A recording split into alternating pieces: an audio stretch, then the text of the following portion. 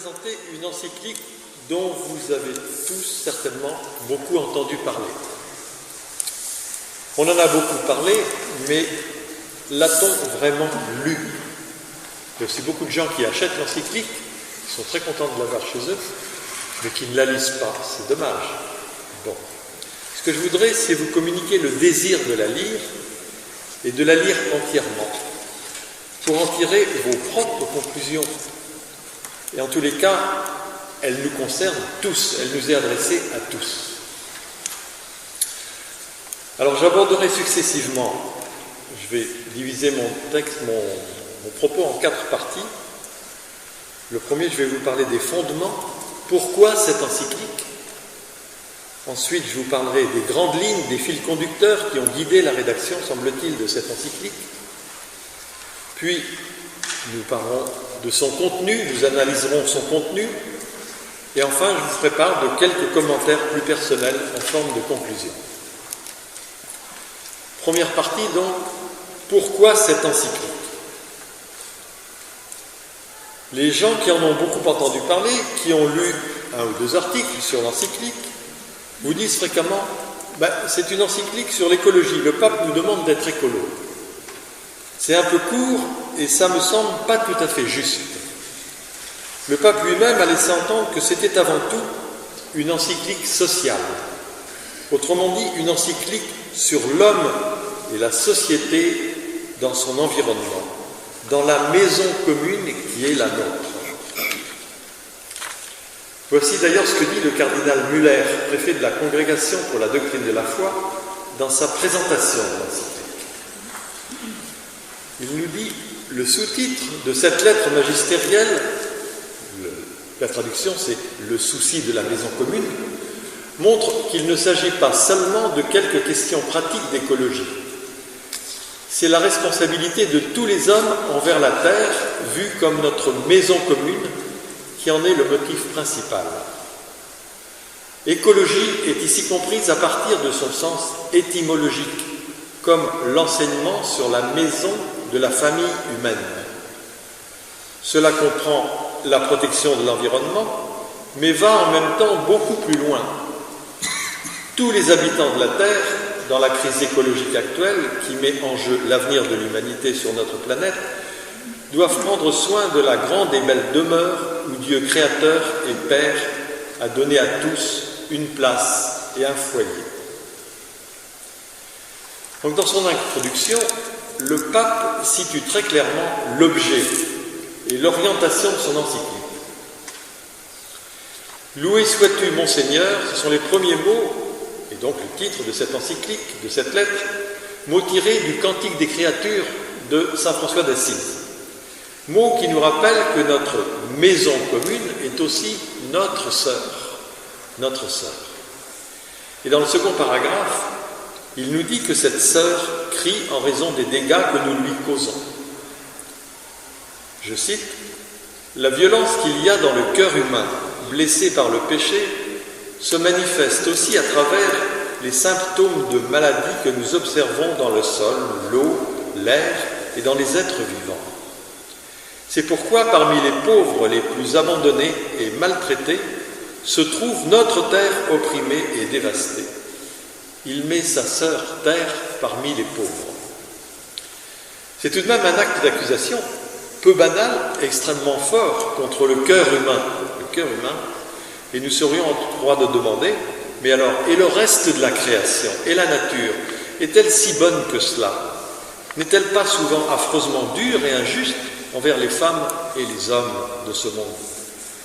Il n'y va pas par le dos de la cuillère, le pape François, mais c'est du François tout pur. Je ne suis pas certain que ce soit du saint François d'Assise, mais il faut chercher à comprendre le sens que le pape donne à ces mots. Ce n'est pas un retour au XIIIe siècle, c'est autre chose. Ça nous concerne aujourd'hui. Ce terme de maison commune a pris vraiment sens, je crois, pour tout le monde, lorsque les premiers astronautes ont envoyé la magnifique photo de la Terre vue de l'espace que vous avez tous vue à un moment ou à un autre. C'était la première fois que nous avions devant les yeux l'image réelle de la terre. Et le subconscient de toute l'humanité en a été touché. Notre terre est bien une maison commune, un village commun. Elle est belle et elle est à la fois grande mais infiniment petite dans l'univers. Et il était logique qu'un jour ou l'autre, un pape écrive un texte à son sujet. Les prédécesseurs de François ont beaucoup écrit sur la création et sur le respect de l'environnement. Et le pape François le rappelle d'ailleurs. Mais aucun n'avait écrit une encyclique sur ce thème. Il n'y a rien de vraiment nouveau dans le texte de François par rapport à ce qu'ont écrit par exemple Paul VI dans Pacem in Terris en 1971 et dans son discours à la FAO, ou bien Jean-Paul II dans de nombreux discours et documents, et qui le premier a appelé à une conversion écologique globale. Jean-Paul II a beaucoup parlé de l'environnement, de l'écologie, mais personne n'y a fait attention. Tout le monde s'attachait à ce qu'il disait sur les problèmes de la famille, sur les problèmes de la vie affective, mais on ne faisait pas attention à cet aspect important de l'enseignement de Jean-Paul II. Et Benoît XVI, dans son discours au Bundestag en 2011, a eu des mots très forts sur la nature de notre liberté. Il disait que le gaspillage des ressources de la création commence là où nous ne reconnaissons plus aucune instance au-dessus de nous. Mais ce qui est nouveau dans la lettre de François, c'est la cohérence de tout ce qui concerne la création. Le pape insiste beaucoup sur le fait que tout soit lié entre les hommes et entre les hommes et leur milieu. Cette relation homme, société, milieu, en fait, pour moi, c'est un texte qui va au-delà de l'écologie. Il inclut les modes de vie, la vie sociale et l'environnement culturel, au-delà du simple œcumène. Œcumène, c'est la partie peuplée de l'écorce terrestre. C'est de là que vient le mot écologie, et qui a donné son nom à l'écologie. Donc, il englobe l'ensemble de notre planète, de la nature, dont on sait qu'elle est loin d'être toujours très tendre, bonne et gentille, comme je le disais tout à l'heure. Le cardinal Müller, dans sa présentation, remarque que l'expérience quotidienne vécue par le pape François dans sa patrie argentine joue aussi un rôle dans le contenu de ce texte. On y trouve en particulier les thèmes des grandes conférences qui ont réuni tous les évêques latino-américains, à Medellín en Colombie, à Puebla au Mexique et à Aparecida, la plus récente, au Brésil. Apparemment, bien. Donc, oui, les grandes conférences. Et je connais bien ce milieu pour y avoir vécu et en entendre parler de toutes ces conférences quand nous étions en Équateur et au Mexique. Nous avons quand même passé 18 ans là-bas. Et justement, sur des sujets touchant les relations entre les sociétés et leur milieu. Et j'en retire par exemple la conviction que le pape est profondément marqué par un fait. Ce fait, c'est que l'Amérique latine, christianisée, on peut même dire catholicisée, depuis plus de 5 siècles, reste pourtant l'une des régions du monde, pour ne pas dire la région du monde, où les écarts sociaux, les écarts de richesse entre les riches et les pauvres sont les plus criants qui soient. Ça constitue certainement pour le pape François une véritable blessure.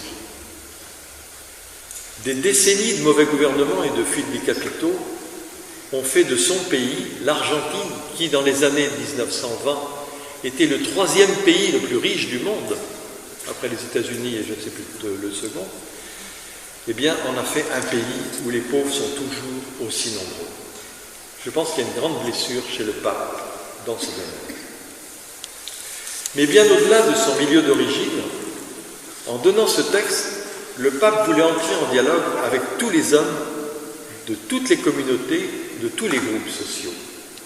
Et il y parvient car, comme à son habitude, il ne cherche pas à jouer avec le poids de son autorité magistérielle. Il ne cherche pas à imposer une perspective unique sur les problèmes de l'environnement.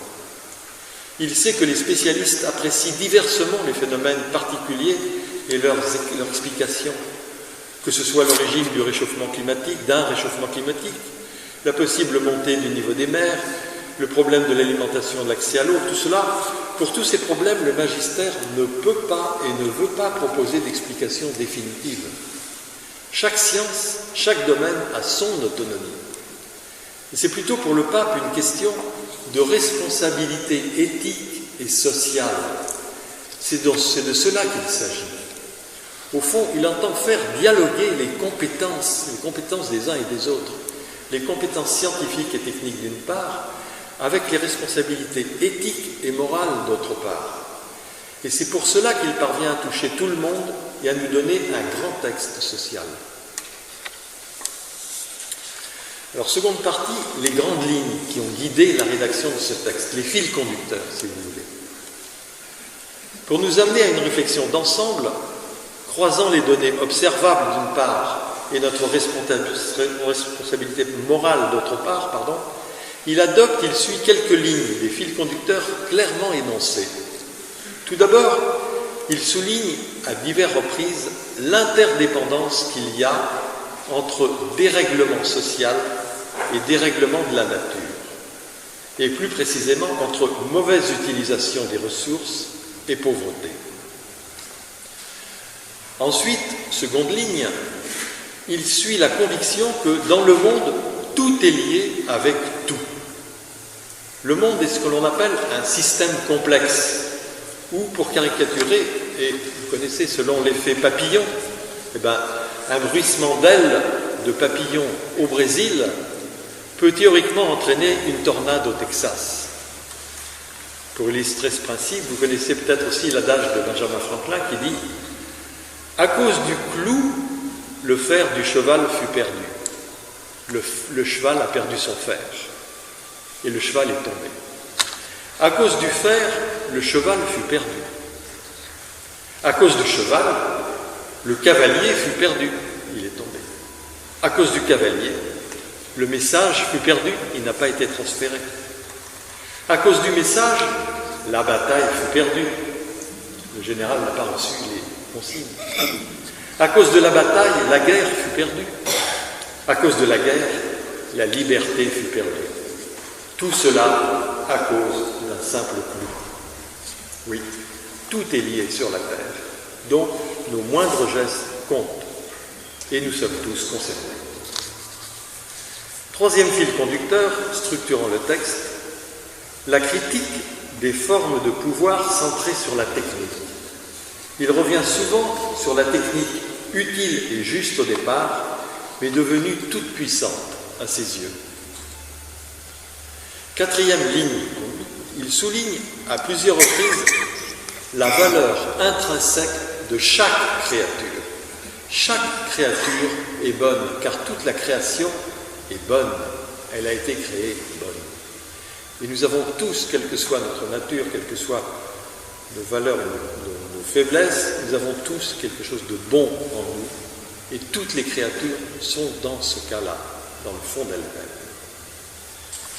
Cinquième fil conducteur, si nous voulons corriger notre parcours, il nous dit la nécessité de débats sérieux et honnêtes, ce qui n'est pas toujours le cas. Sixième fil conducteur, après le débat, la nécessaire responsabilité politique de l'action à tous les niveaux, selon le principe de subsidiarité, c'est-à-dire au niveau concerné, au niveau international, au niveau national, mais aussi au niveau local et au niveau de chaque famille, pourrait-on dire. Dernière ligne, dernier fil conducteur, la nécessaire conversion de tous à un nouveau style de vie excluant le gaspillage. Il est toujours très ferme là-dessus, sur le gaspillage. Alors voyons maintenant comment est construit ce texte. Le pape l'a divisé en 6 chapitres, que nous allons examiner un par un. Mais les thèmes qu'il aborde peuvent être, je crois, regroupés en 3 grands domaines. Il y a d'abord la constatation, les faits. La maison que Dieu nous a confiée est en désordre.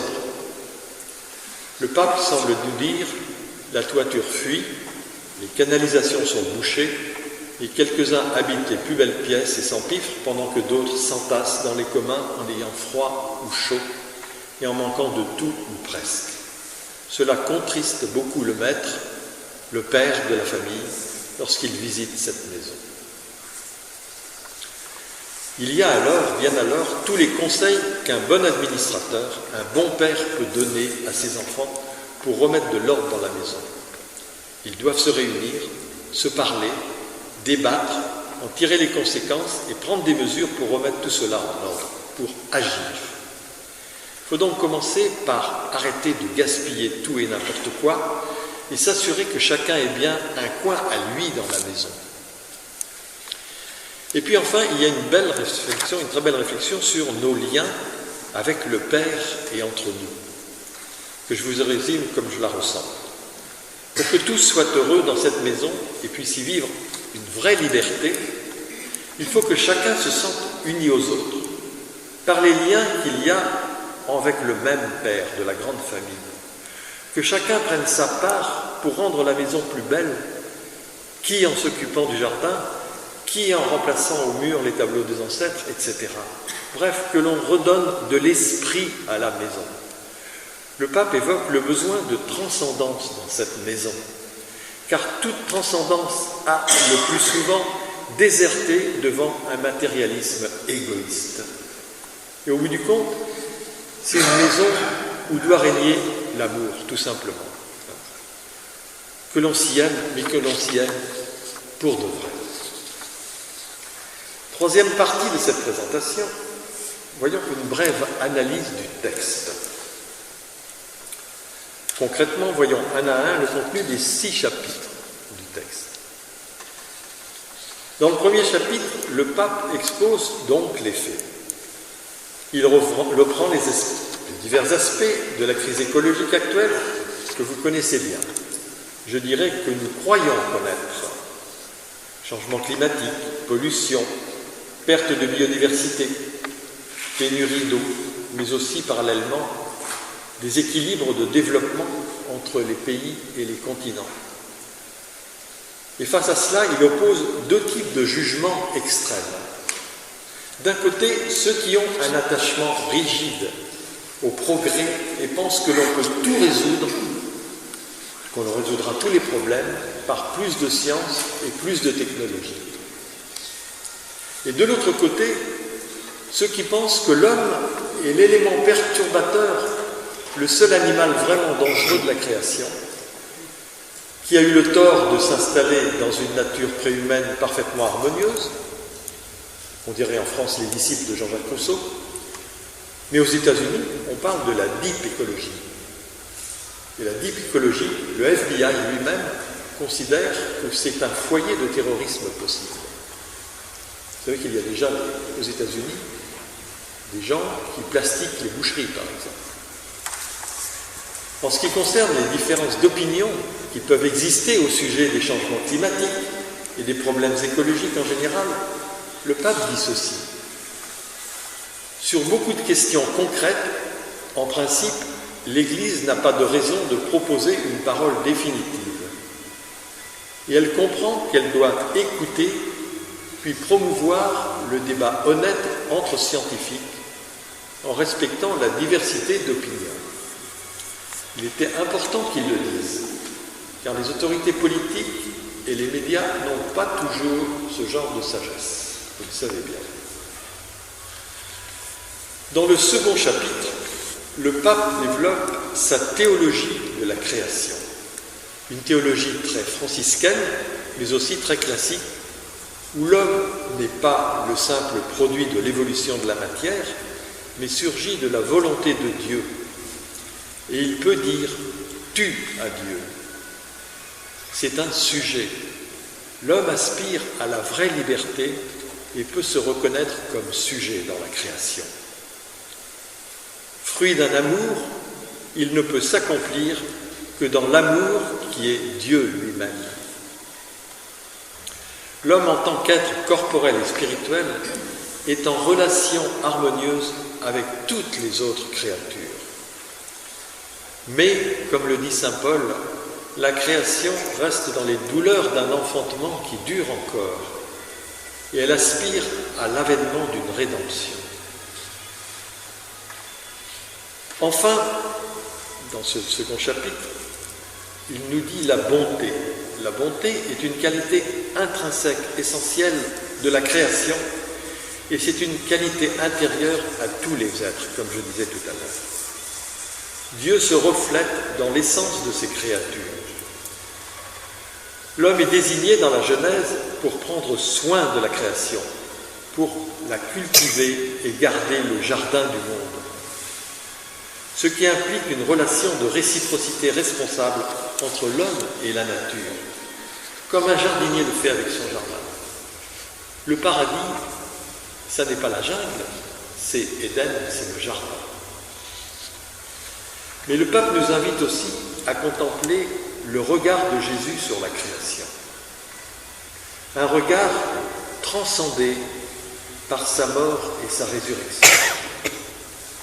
Jésus a remis au Père tous les êtres de la création, sur la terre et dans les cieux, de sorte que ces créatures ne se présentent plus à nous comme des réalités purement naturelles, mais toutes sont éclairées par la présence du Christ, toutes les créatures. Le troisième chapitre nous invite à une réorientation de notre vision du monde. Le progrès scientifique est salué pour avoir facilité énormément la communication, pour avoir vaincu de graves problèmes médicaux, comme la mortalité infantile et tant d'autres maladies, pour avoir aidé à combattre la famine, etc. En tout cela, l'homme est bien dans son rôle de participer à l'achèvement de la création. Mais le pape met en garde contre l'accumulation d'un pouvoir incontrôlable, notamment en matière d'armement, par exemple, de biotechnologie, et dans le domaine de la cybernétique aussi. Il se méfie de l'excès que l'on peut avoir dans le domaine de l'intelligence artificielle. Il rejette bien sûr l'avortement et les expériences sur les embryons humains. Mais il reste ouvert, vous aurez remarqué, aux recherches sur les OGM, à condition que les petits paysans n'en soient pas les victimes économiques. Il vient d'un pays, il faut dire, où l'on cultive et on consomme des plantes OGM depuis plus de 20 ans, sans conséquences négatives sur la santé. En France, on a des a priori un peu bizarres. Par ailleurs, il met très justement en garde contre un anthropocentrisme rétréci. Vous savez que cet anthropocentrisme, c'était une des bases de la philosophie des Lumières, de Descartes en particulier, mais aussi des jansénistes. Il met en garde contre cet anthropocentrisme et contre une réduction de l'homme à être considéré comme, d'autre part, à une réduction de l'homme à être considéré comme un animal comme les autres.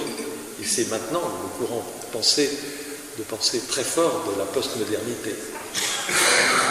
Pour le pape, la crise écologique est une manifestation de la crise éthique, culturelle et spirituelle de la modernité qui comprend l'homme sans transcendance. La culture du relativisme spirituel et moral, nous dit-il, mène à la traite des êtres humains et à la violence. Il insiste également dans ce chapitre sur la valeur du travail. Il n'y a pas de dignité humaine sans travail. Il donne en exemple Charles de Foucault, qui est proche de nous, et ses disciples, qui conjuguent toujours contemplation et action. Il aurait pu parler aussi des moines bénédictins, bien sûr, mais Charles de Foucault nous parle plus directement à nous aujourd'hui. Dans le 4e chapitre, le pape traite d'une écologie intégrale, c'est-à-dire du fait que tout est lié, comme nous disions tout à l'heure. Même le temps et l'espace, même les particules qui forment les atomes, tout est lié. Et il y a également une interaction des systèmes naturels et des systèmes sociaux.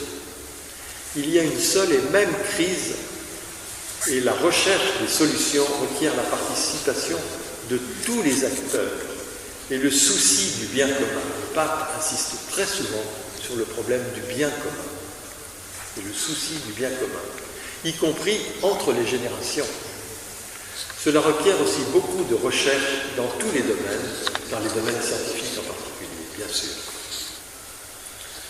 Et pour montrer comment, il prend un exemple, pour montrer comment le mal entraîne un autre mal, il prend l'exemple de la consommation des narcotiques, des drogues, par les habitants des régions riches comme l'Europe ou les États-Unis. De proche en proche, la filière corrompt totalement les régions de trafic, les régions de production et jusqu'à la justice elle-même. Je peux vous dire qu'on a été témoin de cela en Équateur, dans une petite région par exemple, la région de Lora, qui était une région très saine, très sympathique, où tout semblait bien marcher. Les narcos s'y sont installés et c'est devenu un enfer.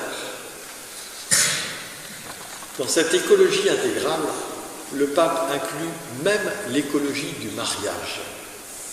En ce qui concerne ce bien commun, le pape attire l'attention sur le fait que l'environnement dit naturel n'est pas le seul à être menacé. Il est aussi notre héritage historique, artistique et culturel. Nos cultures, notre culture, méritent d'être protégées. Elles ont le droit de se défendre contre l'envahissement d'autres cultures qui les menacent. Vous savez bien que les écolos sont très à l'affût de la protection des cultures des Indiens d'Amazonie, etc. C'est très juste, mais notre culture aussi mérite d'être préservée et protégée. Le pape traite aussi de l'environnement quotidien, qui est une forme d'écologie. Il parle justement de la pollution visuelle, auditive, etc. On peut en ajouter quelques autres en restant dans le même sujet, dans le même esprit. La sécurité, par exemple, est aussi un bien commun. L'écologie ne concerne pas que les zones rurales, l'organisation urbaine en fait évidemment partie. Et ce bien commun doit concerner toutes les générations et donc aussi celles qui nous succéderont. Nous devons aussi penser à elle, bien sûr. Alors pour terminer cette partie, en ce qui concerne l'écologie du mariage, l'acceptation de la corporéité et de la différence sexuelle doivent être vues comme des dons de la bonté de Dieu, de même que la vie familiale. En conclusion de cette partie, le pape insiste sur le grand danger de l'individualisme qui menace toutes nos sociétés. Le 5e chapitre propose des références d'orientation pour l'action. Après avoir montré l'importance d'une gouvernance internationale en matière d'environnement et la nécessité d'engager des actions à long terme, ce qui n'est pas simple, surtout dans un contexte actuel d'affaiblissement des États, le pape passe en revue tous les acteurs possibles et de nombreuses actions imaginées en matière d'environnement. Beaucoup d'ailleurs relèvent de politiques purement locales. Je dirais que l'on est presque là dans un catalogue de propositions et de bonnes procédures pour l'action. Cette partie se termine par une très utile invitation faite au pouvoir public à considérer l'apport que peuvent constituer toutes les religions en matière d'écologie ou de développement respectueux de l'environnement, et une invitation faite à toutes les religions d'apporter leur sagesse propre à un tel projet. Croyez-vous que ce soit possible d'avoir un tel discours en France, dans notre pays, embourbé dans un laïcisme qui n'a plus rien à voir avec la vraie laïcité? Je ne sais pas. 6e et dernier chapitre. Il traite de la spiritualité écologique. Et pour moi, je donne là, qu'on me pardonne, un avis personnel, c'est vraiment dans cette dernière partie que se trouvent les passages les plus touchants de ce texte du pape François. Il commence par une invitation à un changement de style de vie, à une véritable conversion pour sortir d'habitudes de consommation inutiles. La sobriété qui est vécue avec liberté, dit-il, et de manière consciente, est libératrice. Le pape nous invite à une rééducation pour sortir des habitudes de gâchis de toute une vie, à nous libérer de ce que l'on peut appeler le désir mimétique. Il ne parle pas, il ne dit pas ce terme-là, mais c'est bien de cela qu'il s'agit. Ce désir mimétique qui consiste à avoir toujours besoin de ce que les autres possèdent et que nous n'avons pas. Il fait appel pour cela à une nouvelle éducation au sein de la famille, lieu de la formation intégrale, dit-il. L'Église elle-même doit nous éduquer à une austérité responsable, à la contemplation reconnaissante du monde, à la protection de la fragilité des pauvres et de l'environnement. Il ajoute, citant Jean-Paul II, qu'il ne faut pas négliger la relation qui existe entre une formation esthétique appropriée et la préservation de l'environnement. Oui, je crois que quand on aime le beau, quand on aime les belles choses, on aime que la nature soit belle et reste belle aussi. Vivre la vocation de protecteur de l'œuvre de Dieu est une part essentielle d'une existence vertueuse. Cela n'est pas quelque chose d'optionnel, dit-il, ni un aspect secondaire dans l'expérience chrétienne. Et il ajoute, cette conversion implique aussi la conscience amoureuse de ne pas être déconnecté des autres créatures, de former avec les autres êtres de l'univers une belle communion universelle. Le pape a des pages très belles qu'il faudrait toutes citer, mais que vous lirez avec profit, sur l'attitude profondément chrétienne que nous pouvons redécouvrir dans toutes nos relations avec les autres personnes bien sûr, mais aussi avec les autres créatures. Notre charité doit être imaginative et toujours se préoccuper du bien commun, il insiste toujours là-dessus, et surtout se préoccuper des plus petits. Mais on atteint le sommet de l'encyclique lorsque le pape nous parle de l'Eucharistie. Là, nous dit-il, la création trouve sa plus grande élévation. Comme Jean-Paul II l'avait fait dans son encyclique sur l'Eucharistie, il retrouve des accents de Teilhard de Chardin. Il nous dit, dans l'Eucharistie, tout le cosmos rend grâce à Dieu. Tout le cosmos rend grâce à Dieu. En effet, l'Eucharistie est en soi un acte d'amour cosmique. Oui, cosmique, il cite Jean-Paul II. Car même lorsqu'elle est célébrée sur un petit autel d'une église de campagne, pas la campagne ici, mais tout de même un petit autel, oui, l'Eucharistie est toujours célébrée en un sens sur l'autel du monde. L'Eucharistie unit le ciel et la terre. Elle embrasse et pénètre toute la création dans le pain eucharistique. La création est tendue vers la divinisation. Cette fois, c'est Benoît XVI qui est cité. Vers les saintes noces, vers l'unification avec le Créateur lui-même. Et pour terminer, je cite une des dernières phrases de l'encyclique. Oui, nous voyageons vers le sabbat de l'éternité, vers la nouvelle Jérusalem, vers la maison commune du ciel. Marchons en chantant, dit-il, que nos luttes et notre préoccupation pour cette planète ne nous enlèvent pas la joie de l'espérance. Alors permettez-moi d'ajouter une quatrième partie à ce propos, quelques commentaires plus personnels en forme de conclusion. Vous remarquerez, en lisant l'encyclique du pape François, qu'il a une tonalité sévère, en tous les cas assez sévère vis-à-vis de l'homme et de ses excès envers l'environnement. Maintenant, je pense que nous avons le devoir d'adapter les enseignements de cette encyclique à nos situations culturelles locales. Le pape lui-même nous y invite. Il ne prétend pas dire toute la vérité sur les réalités scientifiques et économiques en particulier. Et il suggère que les décisions à prendre pour rendre notre maison commune vivable, spécialement pour les plus petits, soient prises au niveau local et même jusqu'au niveau familial et personnel. Et sur notre attitude face à la gestion de notre maison commune, je pense que nous ne devons jamais oublier l'évangile du maître de la vigne dans Saint Matthieu, qui part en laissant son domaine à ses employés. Il nous a confié la maison. Et dans l'évangile des talents, du même Saint Matthieu, au chapitre 25, il leur laisse ses biens selon leurs capacités, pour qu'ils les mettent en valeur. C'est l'évangile des talents. Bien de même, dans la création, Dieu s'est comme retiré volontairement, nous laissant libres et responsables de celle-ci, comme pour nous associer à son achèvement. L'attitude chrétienne face au problème de la gestion des ressources naturelles et de l'environnement sera donc bien celle qui conduit à un développement durable et non pas celle passive de la conservation de la nature. Nous n'avons pas à enfouir nos talents.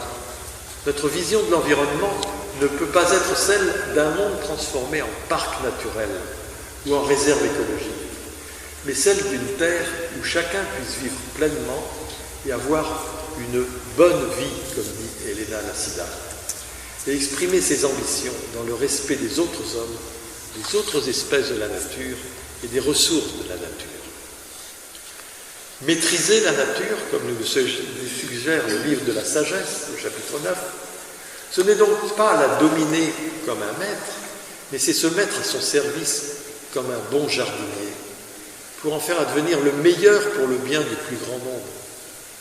C'est, au fond, la conséquence de ce que nous demande le pape, c'est transformer la jungle en jardin.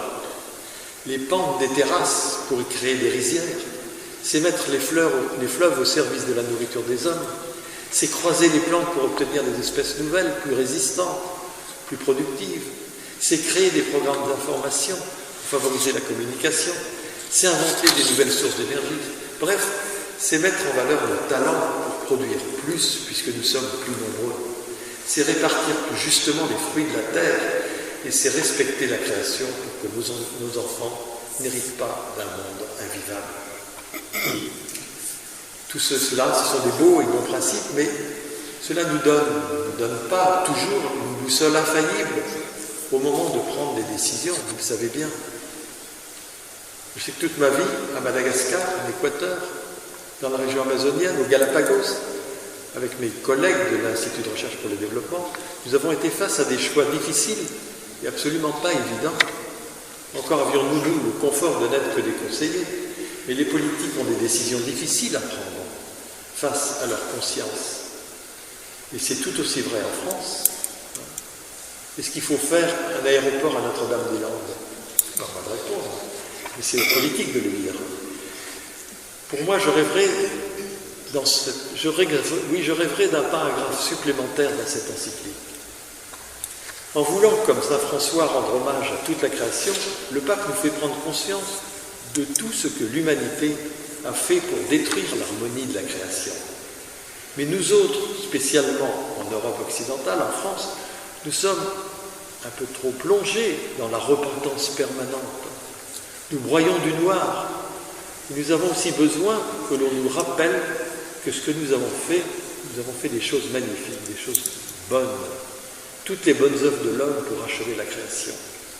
Certes, le pape en parle et dit tout le bien que l'on peut penser des progrès humains. Mais toutefois, la tonalité générale est tout de même plus à la critique de l'action de l'homme sur la création qu'à son exaltation. Pour avoir, comme beaucoup d'entre vous, parcouru une bonne partie de la Terre, nous avons tous contemplé des paysages de bien des parties du monde. Nous avons été émerveillés par l'empreinte salutaire et magnifique de l'homme sur le paysage. Il n'existe d'ailleurs que bien peu de paysages qui ne soient pas le produit ou la conséquence de l'action de l'homme. Mis à part les hauts sommets ou les continents arctiques et antarctiques, tout ou presque sur la Terre est humanisé, y compris d'ailleurs l'Amazonie, qui est loin d'être une forêt primaire, comme on le croit parfois, et qui a fait depuis des millénaires l'objet d'une exploitation par l'homme sous forme de culture sur brûlis ou de sélection des espèces. La beauté des paysages du Val-de-Loire, il vient de leur harmonie, l'harmonie entre les éléments naturels, les rivières, les coteaux, les cultures, les maisons, les pierres travaillées, les chemins, les routes, les ponts, les églises et les châteaux. C'est tout ce qui exprime les apports successifs d'une civilisation qui fait la beauté d'un paysage. Et que dire de la transformation des paysages volcaniques de Java sous forme de rizières en terrasse? C'est une merveille. Que dire de la maîtrise des grands fleuves comme le Nil, le Mékong, qui ont permis l'épanouissement de civilisations extraordinaires? C'est vrai qu'il y a des atteintes au paysage qui sont de véritables péchés, comme ces versants des montagnes saccagés par les chercheurs d'or en Amérique du Sud. Mais ce qui est évident chez nous, en Europe, de même que dans la plupart des pays asiatiques et dans beaucoup de régions africaines, mais peut-être moins à Buenos Aires ou dans la Pampa argentine. Là-bas, c'est vrai, ce sont les paysages dits naturels que l'on admire de façon immédiate, et c'est souvent leur dégradation par l'homme qui peut sauter aux yeux, et le pape en a été le témoin. Cela l'a peut-être profondément marqué. Vous savez, ce doit être difficile d'écrire une lettre, une encyclique pour tout le monde, pour toutes les cultures à la fois. Et pour terminer, je voudrais vous donner, en totale communion avec ce qu'écrit le pape dans ses dernières pages, ma conviction la plus profonde. Nous, chrétiens, nous avons une place toute particulière à prendre dans le débat sur la crise de l'environnement. Nous pouvons donner à ce débat une hauteur, une vision différente. André Beauchamp, un Canadien, disait très justement « Nous sommes dans la nature ce qui veut transcender la nature ». Le pape nous dit dans son avant-dernier paragraphe « Nous voyageons vers le sabbat de l'éternité, vers la nouvelle Jérusalem ». Oui, c'est cela. À l'offertoire de la messe, nous offrons le pain et le vin, fruits de la terre, de la vigne et du travail de l'homme. Expression magnifique. C'est bien ce qui ressort en définitive de son encyclique. Ce qui réjouit notre Créateur, c'est bien ce que fait le jardinier, mais aussi tous les artisans, bâtisseurs, les chercheurs, les techniciens qui travaillent avec leurs mains, avec leur intelligence, leur volonté, leur générosité, à nourrir et à rendre la vie toujours plus belle. Le péché, comme toujours, vient du dérèglement de tout cela au profit de l'égoïsme et du besoin de domination, c'est vrai, du désir mimétique qui nous fait toujours désirer ce que l'autre possède, ce désir qui est à l'origine de toutes les violences. Et pour refaire leur unité face aux violences, les sociétés humaines ont besoin de trouver un ou des boucs émissaires, alors qu'en réalité, le plus souvent, à côté de quelques rares coupables objectifs, nous sommes tous coupables. Alors aujourd'hui, peut-être, devrions-nous faire attention à ne pas prendre l'homme, tout simplement, comme bouc émissaire des anomalies et des violences climatiques. Nous sommes entrés dans un processus expliqué par René Girard qui nous rappelle que les sociétés refont toujours et toujours leur unité en se choisissant un bouc émissaire. Et depuis que la Terre nous est apparue comme un village global, c'est bien le monde entier qui est concerné par les crises de violence mimétique. Et c'est le monde entier qui doit se trouver une victime à sacrifier face à ce que nous appelons la crise écologique. Réfléchissez bien. Pour certains écologistes extrêmes, l'homme moderne, consommateur, est devenu le bouc émissaire. L'homme serait le seul coupable, le seul animal vraiment nuisible de la création. Ma conviction profonde, c'est que nous ne devons pas tomber dans ce piège-là. Que tes œuvres sont belles, que tes œuvres sont grandes, Seigneur, Seigneur, que nous comble de joie. Que tes œuvres sont belles, que tes œuvres sont grandes, Seigneur, Seigneur, que nous comble de joie. voilà, si vous avez